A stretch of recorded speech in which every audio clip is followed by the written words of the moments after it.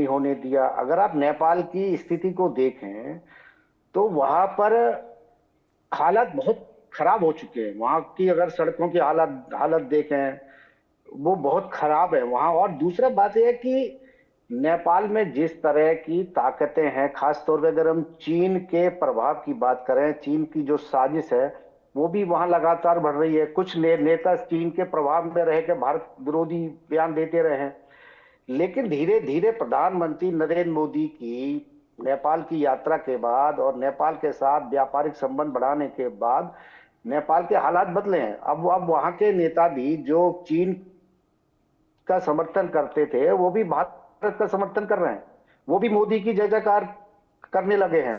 हम्म। तो लेकिन यह है कि जो हालात अब स्थिति पैदा हुई है, क्योंकि आंदोलन की तैयारी बहुत पहले से चल रही थी और जिस तरह से राजा ज्ञानेंद्र का वहां पर धार्मिक यात्रा के दौरान जगह जगह स्वागत हुआ है, लाखों लोग उनके स्वागत के लिए उमड़े। और और काठमांडू में तो हालत और भी खराब हो गए थे, वहां तो एकदम जाम लग गए थे।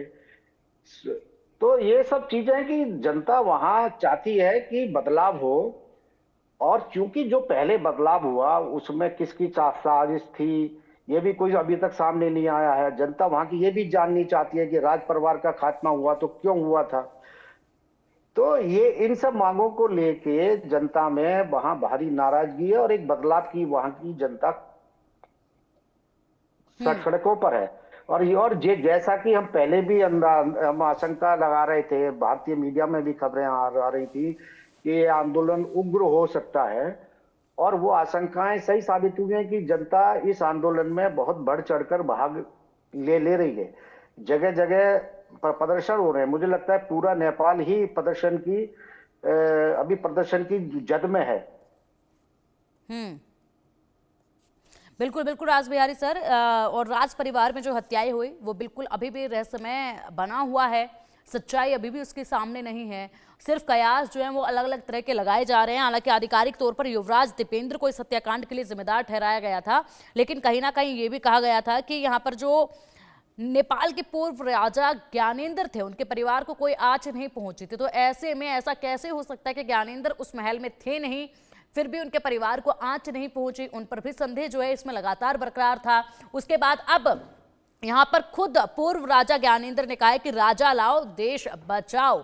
ये हालात जो है इस तरीके से उत्पन्न कर दिए गए हैं, ये भी मालूम पड़ता है।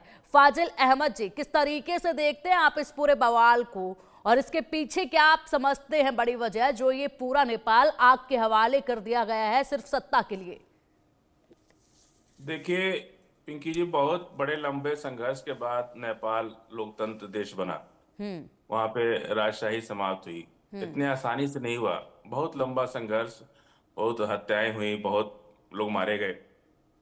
और स्वर्गीय चंद्रशेखर जी जब देश के प्रधानमंत्री थे, उनके प्रयास से नेपाल आजाद हुआ और वहां पे इलेक्शन हुए, लोकतंत्र की बहाली हुई।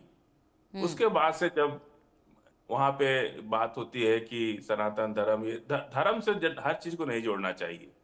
देश की सरकारों का काम है व्यवस्था चलाना। धर्म क्या है? वहां पे क्यों एक दलित की बलि हो गई थी? वहां पे किसी पूजा में लोगों ने एक दलित की बलि चढ़ा दिया। यही धर्म है। उसके बाद से तनाव इतना बढ़ गया कि वहां पे पूरा दलित। इस दिक्कत क्या हुई कि आजाद नेपाल होने के बाद जो कॉन्स्टिट्यूशन बना, उसमें दलितों को, पिछड़ों को, आदिवासियों को उस तरह का सम्मान नहीं मिला जो उनको मिलना चाहिए। जो कॉन्स्टिट्यूशन बना वो पूरी तरह राजशाही को ही आगे प्रमोट करता रहा और डेमोक्रेसी को प्रमोट नहीं कर रहा है। तो इसलिए सबसे बड़ी जो दिक्कत है, वहां के जो कानून बना उसके आजादी के बाद, वो पूरी तरह से राजशाही को ही प्रमोट कर रहा है। उसी तरह की व्यवस्था, उन्हीं तरह के लोग उसमें शामिल हैं। पूरी तरह से जो शीर्ष नेतृत्व है गवर्नमेंट में या विपक्ष में, जो भी लोग हैं, मैंने कुल माल बात यह है कि मिल बांट के खा लो, ऐसा नेपाल हो गया है। नेपाल में आम आज जो उम्मीदें की गई थी कि अगर देश आजाद होगा तो दलितों को, पिछड़ों को, आदिवासियों को, गरीबों को एक सम्मान मिलेगा, पार्लियामेंट में उनकी जगह मिलेगी, लेकिन ऐसा कुछ हुआ नहीं। वहां पे इसी तरह की पॉलिटिक्स चलती है कि बस गोलबाजी, पेशबंदी की पॉलिटिक्स छोटा देश है, इसलिए वहां पे बहुत कुछ नहीं हो पाता है। और वहां सबसे बड़ी बात है गरीबी, बेरोजगारी, भ्रष्टाचार जो नहीं था अब वहां बढ़ गया है। भारत के साथ रिलेशन जो है बहुत अच्छे नहीं है। और सबसे बड़ी बात है कि इस सारी घटनाओं में अमेरिका का भी हाथ है। अमेरिका हर तरह सबके ऊपर, अमेरिका कभी भारत को घेरना चाहता है नेपाल के माध्यम से, कभी चाइना को घेरना चाहता है भारत के माध्यम से, कभी पाकिस्तान से दोस्ती करेगा तो कभी भारत से दोस्ती करके पाकिस्तान को गलियाएगा।